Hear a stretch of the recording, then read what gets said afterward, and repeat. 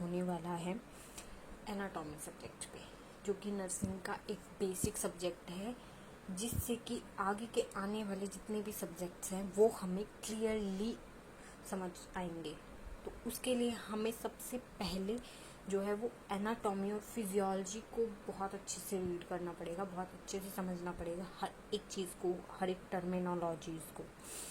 तो आज का जो हमारा टॉपिक है वो है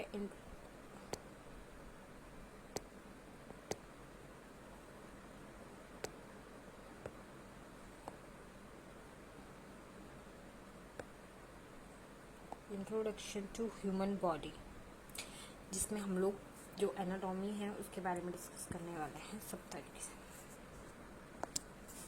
तो बेसिकली जो हमारी स्टडी है उसके 3 पिलर्स होते हैं। हमारी जो मेडिकल स्टडी है, हमारी जो नर्सिंग स्टडी है, उसके 3 पिलर्स होते हैं। फर्स्ट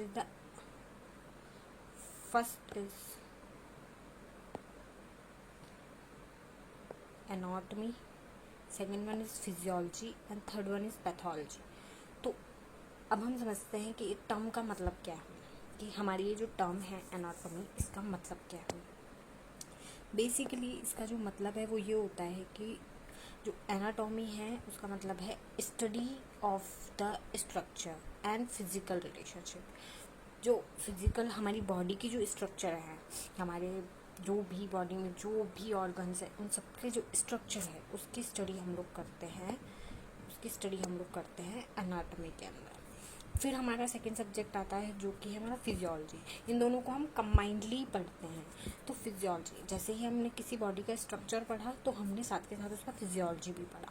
तो फिजियोलॉजी का मतलब क्या होता है? फिजियोलॉजी का मतलब होता है बेसिकली कि फंक्शन, जो सिस्टम है, जो स्ट्रक्चर हमने पढ़ी है एनाटॉमी के अंदर, उसका फंक्शन क्या है, उसको हम पढ़ते हैं फिजियोलॉजी के अंदर। फिर हमारी थर्ड सब्जेक्ट आती है वो है पैथोलॉजी। ये तीनों है ना कोरिलेटेड सब्जेक्ट्स हैं, मतलब कि एनाटॉमी से हम फिजियोलॉजी समझते हैं।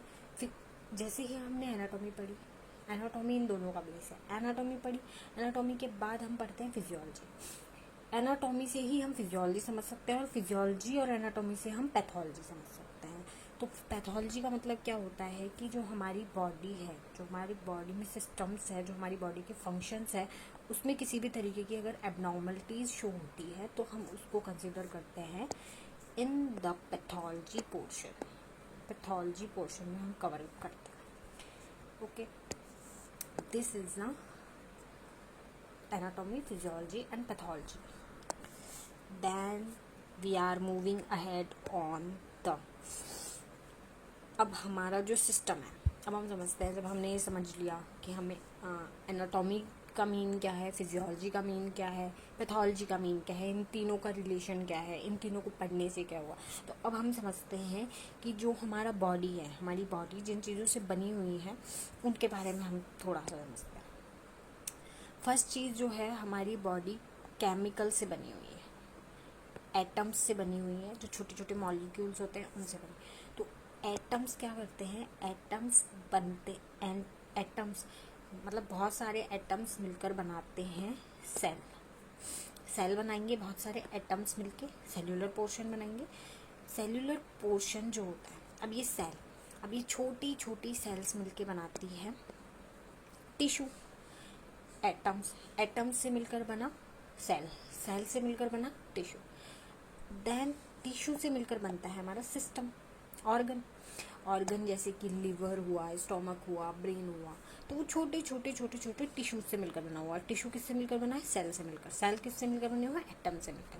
फिर हमारा जो ऑर्गन है, ऑर्गन कंबाइंडली होके, बहुत सारे ऑर्गन कंबाइंडली होके बनाते हैं हमारा सिस्टम। जैसे कि एक सिस्टम डाइजेस्टिव सिस्टम हुआ, digestive system is made up with stomach, mouth, oesophagus, liver and small intestine, large intestine. तो इन सब से मिलकर बना हुआ है। तो ये हो गया हमारा एक सिस्टम। फिर एक सिस्टम, पूरा सिस्टम बनाता है मिलकर बॉडी। जैसे कि हमारी एक बॉडी है, वो कितने, हमारी बॉडी में कितने सारे सिस्टम है। नर्वस सिस्टम हुआ, जैसे कि नर्वस सिस्टम हुआ, और क्या बोलते हैं, हमारा रेस्पिरेटरी सिस्टम हुआ, हमारा डाइजेस्टिव सिस्टम हुआ, रिप्रोडक्टिव सिस्टम हुआ, और ये सब चीज़ें मिलकर हमारी सिस्टम बनाती है। मस्कुलोस्केलेटल सिस्टम हुआ, तो इन सब से मिलकर हमारा बनती है बॉडी। तो हमारा पहला पार्ट क्या था, तो बेसिकली हम कहना क्या चाहते हैं कि हमारी जो बॉडी है वो बनती है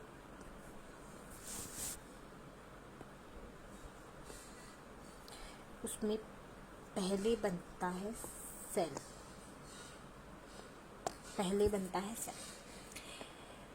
इजीली समझते हैं कि मैं क्या बोलना चाह रही हूँ। मैं बोलना चाह रही हूँ कि हमारी जो बॉडी है, हमारी बॉडी का जो सिस्टम है वो किस तरीके से वर्क करता है कि पहले बनता है एटम्स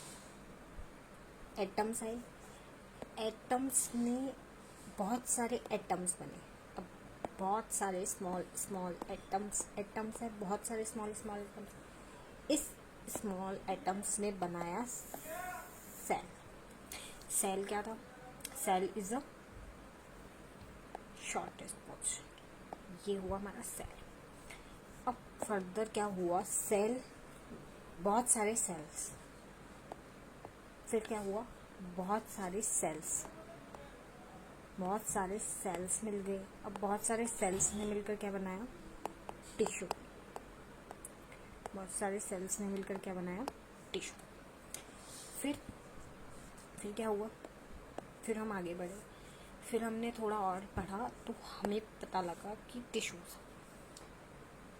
अब बहुत सारे टिश्यूज मिल गए, एक टिश्यू बनाया। बहुत सारे टिश्यूज ने मिलकर क्या बना दिया, फॉर एग्जाम्पल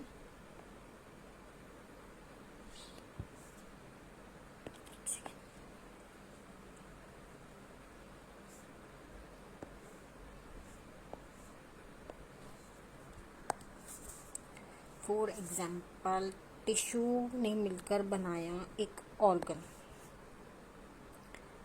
ऑर्गन बना दिया, जैसे कि किडनी। तो टिश्यूज ने मिलकर, बहुत सारे टिश्यूज मिलकर बनाए ऑर्गन। ये हमारा हो गया ऑर्गन। फिर क्या हुआ, अब ऑर्गन बन गया। अब ऑर्गन से क्या बना, अब जैसे जैसे हमारी बॉडी में बहुत सारे ऑर्गन बने। ऑर्गन्स ने मिलकर, बहुत सारे ऑर्गन्स ने मिलकर, जैसे कि किडनी का ही एग्जाम्पल ले लेते हैं। ये किडनी है, ये उसकी यूरेथ्रा वाला पोर्शन है।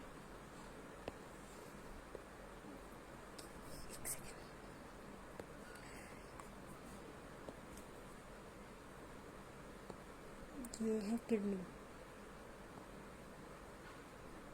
ठीक है।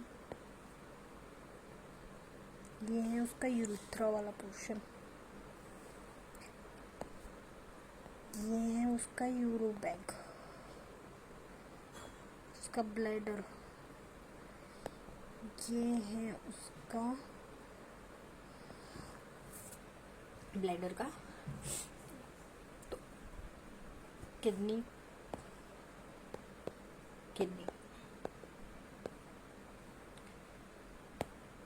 यूरेथ्रा, ब्लैडर, तो इन तीनों ने मिलकर क्या बना दिया। अब ये तीनों पोर्शन, अब ये तीन अलग अलग ऑर्गन, ये अलग अलग ऑर्गन है। इन ऑर्गन्स ने मिलकर बनाया एक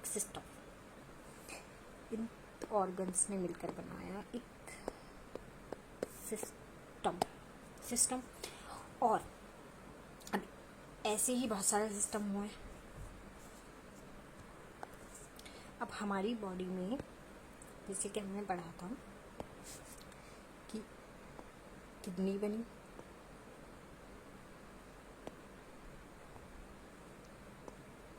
यूरेटर बना,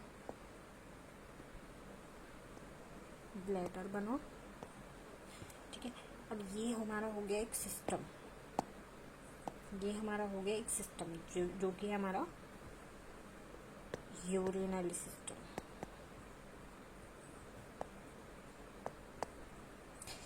ऐसे ही बहुत सारे सिस्टम बने, ऐसे ही बहुत सारे सिस्टम बने, और सिस्टम्स ने मिलकर बनाया एक ह्यूमन बीइंग, एक ह्यूमन बीइंग जो कि हम जैसे लोग हैं। ठीक है, अंडरस्टैंड। अब हमने ये तो समझ लिया कि हमारी बॉडी का जो, हमारी बॉडी के स्ट्रक्चर है वो किस तरीके से बनता है, ये तो हमें समझ में आ गया। अब हम कुछ फिजियोलॉजी कि हमारा इंटरनल एनवायरनमेंट, बाहर तो हमारा एनवायरनमेंट है ही जो हमें, लेकिन हमारी बॉडी अंदर से क्या एनवायरनमेंट, बॉडी के अंदर क्या एनवायरनमेंट शो होता है वो समझते हैं। अब हम वो समझते हैं तो बॉडी के एनवायरनमेंट जो है उसमें हमारी सेल्स रहती है। ठीक है, ये हमारे सेल का पोर्शन है, ये हमारा एक सेल का लेयर है, जिसमें क्या होता है, जिसमें ये वाला जो लेयर है ये हमारा आउटर लेयर है,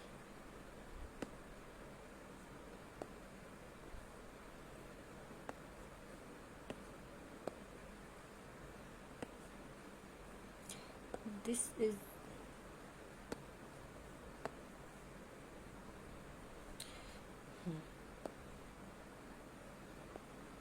this is the outer layer, this one is the inner layer, जो हमारी सेल के अंदर प्रेजेंट है। सेल के बाहर वाला लेयर ये हो गया, सेल के अंदर वाला लेयर ये हो गया। सेल के बाहर जो फ्लूइड प्रेजेंट होता है, सेल के बाहर जो फ्लूइड प्रेजेंट होता है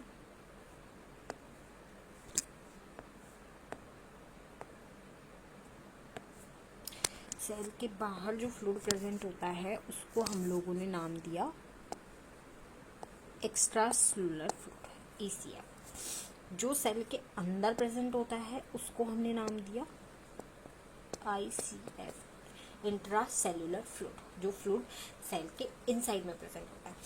जब हमारी बॉडी में जो इंट्रा सेलुलर फ्लूइड है,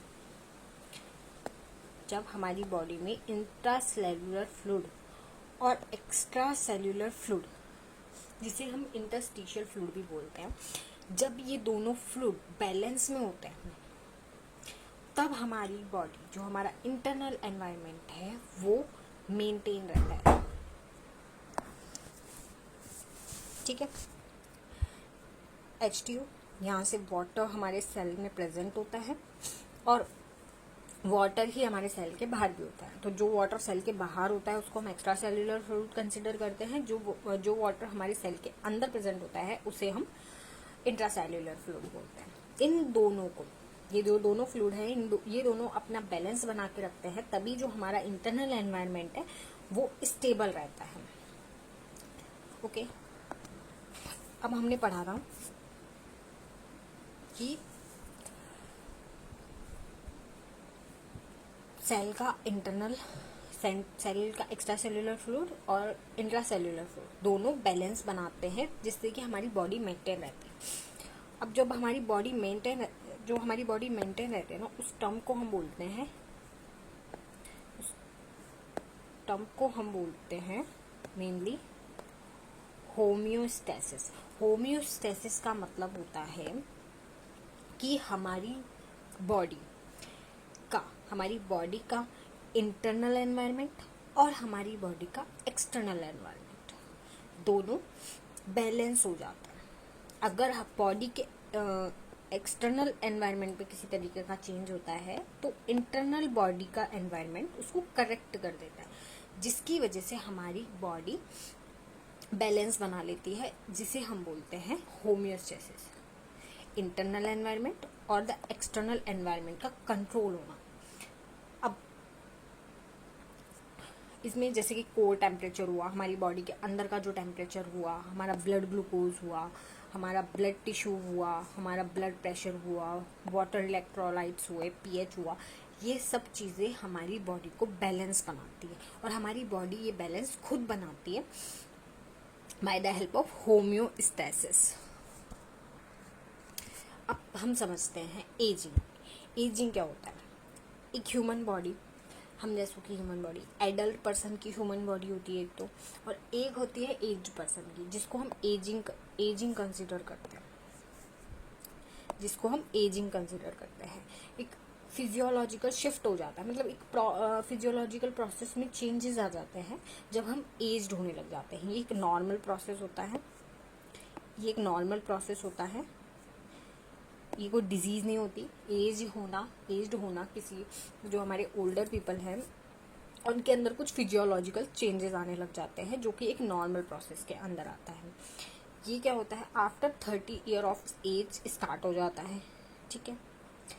इंडिविजुअल वेरिएशन आ जाते हैं हमारी बॉडी के अंदर, बट हम उन्हें मेंटेन कर सकते हैं with the help of exercise, with the help of exercise. अगर हम ज़्यादा एक्सरसाइज करेंगे तो हम उसको मेंटेन कर सकते हैं, ठीक है। दिस इज द एजिंग की डेफिनेशन। एक नॉर्मल प्रोसेस होता है, not is the traumatic threatening condition, it is a normal process. एक एजिंग पर्सन की बॉडी कैसी होती है, एक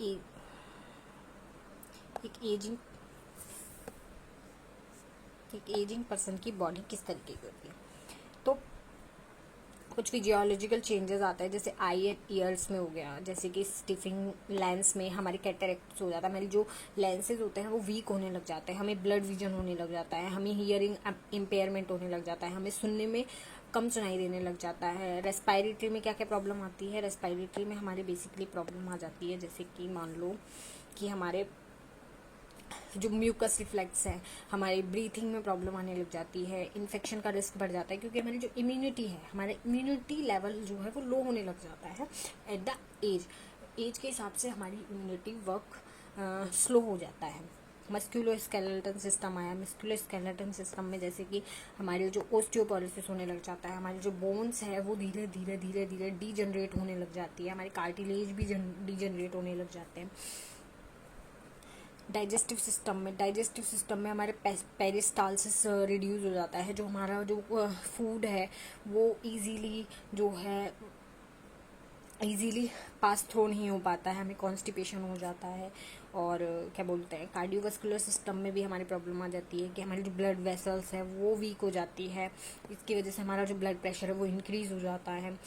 ब्रेन में प्रॉब्लम आ जाती है कि हमारा जो कंडक्शन रेट है वो स्लो हो जाता है, हमारा मोटर कंट्रोल, हमारे फंक्शंस कंट्रोल करने की एबिलिटी जो है वो स्लो हो जाती है, हम किसी चीज़ को सेंस करने की हमारी जो कैपेबिलिटी है वो स्लो हो जाती है, किसी चीज़ को थिंक करने की कैपेबिलिटी स्लो हो जाती है because of the ageing. That is a physiological change, not a disease condition. It is a physiological change that occur after the ageing. मतलब हम एज्ड हो जाते हैं तो हमारी बॉडी अपने आप फिजियोलॉजिकल चेंज करने लग जाती है। अब जब हम लोग एनाटॉमी के इंट्रोडक्शन ले रहे हैं तो हमें इलनेस का भी इंट्रोडक्शन ले लेना चाहिए कि आखिर में इलनेस क्या चीज़ होती है।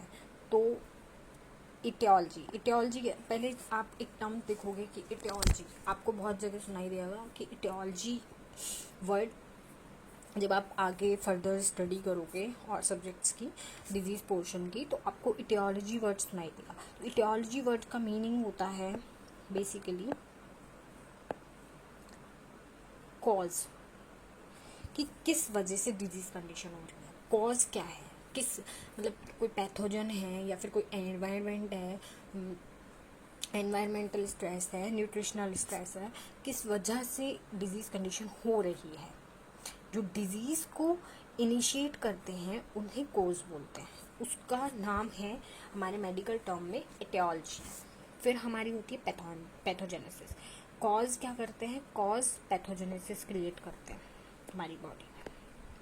कॉज क्या करते हैं, कॉज पैथोजेनेसिस क्रिएट करते हैं। पैथोजेनेसिस जो होती है डिजीज़ कंडीशन करने की। अब कॉज है कोई भी बैक्टीरिया है, मान लो for example cause is the bacteria enter into the body।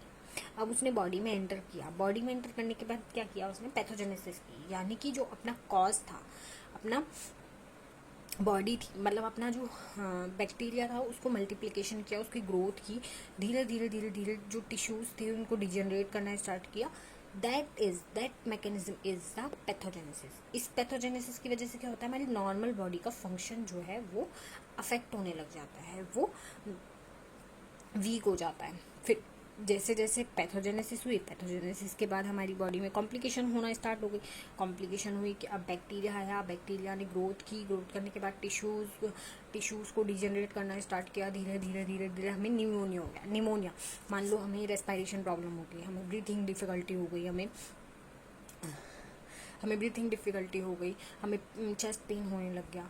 ये सब कॉम्प्लिकेशंस हमें दिखने लग गई। फिर आता है हमारा प्रोग्नोसिस, द आउटकम, जिसको प्रोग्नोसिस मतलब कि हमें डायग्नोस करना। ये कंडीशन हुई, ये हमें नहीं पता थी, हमने साइन एंड सिम्टम्स देखा, साइन एंड सिम्टम्स से हमने कॉज पता किया।